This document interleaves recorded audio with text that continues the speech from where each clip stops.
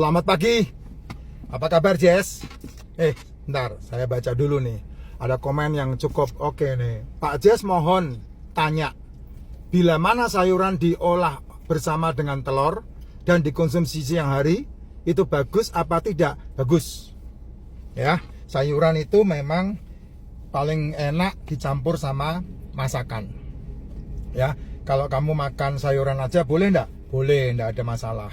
Karena memang sayuran itu tubuh membutuhkan apa yang disebut sebagai sukrosa, ya, sayuran. Tapi sayuran itu tidak mudah dicerna oleh tubuh. Yang paling mudah dicerna oleh tubuh adalah telur, ikan, daging, seafood. Itu yang paling gampang dicerna oleh tubuh dan langsung diserap. Nah, itu yang hebat. Itu langsung diserap. Kenapa? Karena itu protein. Isinya adalah yang namanya nutrisi. Itu dia. Kalau tidak nutrisi, maka dia menjadi amfas. Hati-hati loh. Amfas. Ampas itu ujung-ujungnya adalah TAI. Dibuangnya ke JAJA-M-BABA-N. Jamban. Nah, itu dia tuh. Nah, itu sebabnya kenapa setiap orang ketika dia kebanyakan makan serat, maka tiap hari dia harus pup. Tiap hari dia harus ke kamar kecil untuk BAB. Karena banyak sisa makanan di situ. Nah, yang berbahaya adalah yang tidak terserap atau yang tersimpan di dalam usus yang kemudian menjadi racun dalam usus, itu yang bahaya. Itu sebabnya supaya kamu BAB-nya bisa baik. Kalau kamu makan kayak saya sih tidak peduli ya. Kalau makan kayak saya pasti akan jarang BAB. Bisa 2 hari sekali BAB atau 3 hari sekali BAB. Kenapa? Karena seratnya atau karbonya didapat dari bumbu. Telur dimasak, itu seratnya tertinggal, ya. Proteinnya diambil sama tubuh. Terus kemudian daging dimasak, seratnya tertinggal, kemudian menjadi BAB. Makanya kenapa orang yang karnivor atau makan daging dia jarang BAB? Ya karena memang tidak ada yang dibuang, semuanya diserap sama tubuh semua. Sehingga stamina tubuh, kebutuhan tubuh semua terpenuhi dengan baik. Itu. Nah, terus kalau kamu makanannya nasi, tepung, gula, gorengan, jajanan, cemilan, cepuluh, ceblas, pokoknya apa aja, ya, natrium, kalori-kalorian itu. Ingat loh, tubuh kita itu energi diambil dari karbo. Makanya selalu saya katakan 5 ini dibagi 2. 2 yang pertama adalah mikronutrisi, yaitu mineral dan vitamin. Kamu nanti Google aja mineral itu apa, vitamin itu apa. Makronutrisi yang ketiga ini adalah protein, asam lemak, karbohidrat.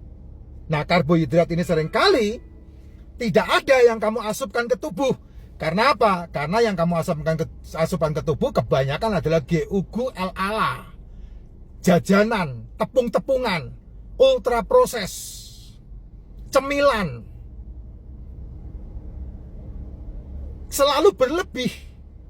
Ketika kamu asupkan ke tubuhmu itu selalu berlebih. Dan tubuhmu tidak ada yang namanya gudang penimbun gula. Karena tubuhmu tidak ada gudang penimbun gula, maka semua tadi yang saya sebutkan ditimbunnya di bawah kulit. Dititipin ke seluruh tubuhmu yang namanya perlemakan. Kalau itu udah kebanyakan, maka ada yang disebut sebagai fatty liver. Karena apa? Di bawah kulit udah tidak mampu dimasukkan ke dalam tubuh.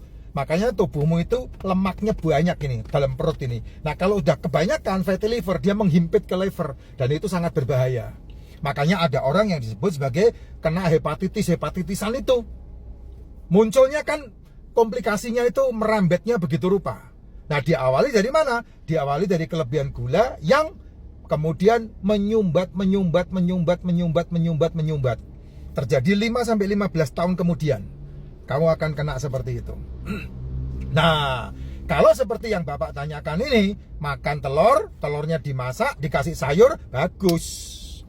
Itu sukrosanya diserap, seratnya dipakai sama empedu, proteinnya dipakai sama empedu untuk membantu meluruhkan gula. Dengan insulin dia bekerja dengan baik. Sehingga dengan cara seperti itu kamu tidak akan kena yang namanya batu empedu. Dan ginjalnya pasti bagus. Ya, capcay boleh enggak Pak? Capcay boleh sekali-sekali, tidak ada masalah. Saya juga kadang-kadang makan capcay, tapi belum tentu sebulan sekali saya makan capcay. Dan sayur yang saya rekomendasi adalah yang tidak berwarna hijau. Yang berwarna hijau sekali-sekali aja. Kacang panjang, kangkung, apalagi itu yang berwarna hijau itu. Ya, sekali-sekali aja. Tapi kalau kol hampir setiap hari saya makan, karena saya makan tongseng itu pasti ada kolnya. Kol, daun seledri, ya, daun seledri, daun bawang itu selalu saya makan tiap hari itu. Nah kalau kamu mau buat sayur khusus, ya sayur kol lebih aman. Kol, terus kemudian sawi putih, terus kemudian beet, ya sayur beet, terus kemudian apa itu wortel. Semua sayur yang tidak berwarna hijau itu bagus banget. Saya rekomendasi. Kenapa? Ya karena nutrisinya sangat besar dibandingkan dengan yang berwarna hijau. Ya, berwarna hijau itu hanya banyak vitamin, mineralnya ya segitu aja. Tapi yang tidak berwarna hijau itu bagus banget. Ya, Jess, gitu. Boleh, Pak, campur. Kalau di Jawa itu, Jess, itu sayur-sayurnya itu variatif banget. Kamu pernah makan jangan jangan bobor. Wah, itu enak itu. Itu ada santannya, ada kangkungnya, ada bawang putih, bawang merahnya, terus kemudian ada tempe bosoknya. Tempe bosok itu probiotik ya. Ada sambelnya, cabenya, tomatnya. Wah, itu lengkap itu, jangan bobor. Terus kemudian dimakannya panas-panas. Nah, paling enak memang dimakan pakai nasi. Itu paling jos. Terus kemudian lauknya adalah lele, ikan lele. Nah, saran saya kalau kamu makan kayak begini, ya nasinya 2 sendok aja, lelenya 7. Jangan bobornya 1 mangkok. Itu baru bener makan yang porsi bener tuh kayak gitu. Jangan nasinya 1 gunung 2 gunung, jangan bobornya 1 mangkok, lelenya cuma 1. Wah, itu enggak pas itu. Enggak bener. Ya enggak bener. Kamu makan mamanya jangan bobor nih ya, jangan bobor nih. Atau kalau orang bilang itu, kalau di Betawi itu ada namanya sayur asem gitu. Sayur asem ikan ayam goreng atau bandeng goreng. Ini cara makannya yang bener nih. Nasinya 2 sendok aja, jangan banyak-banyak. Sayurnya dimakan, ya, sayurnya dimakan dulu.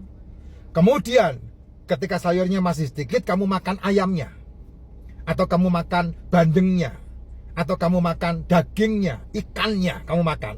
Nah, setelah semuanya habis baru nasinya. Nah, itu tidak menggerakkan gula darah. Itu makan yang benar seperti itu. Jangan seperti nenek moyang kita, makan sekaligus nasi, sayur, ikan. Wah, ikannya dibuat terakhir. Gula darahmu naik, Jess.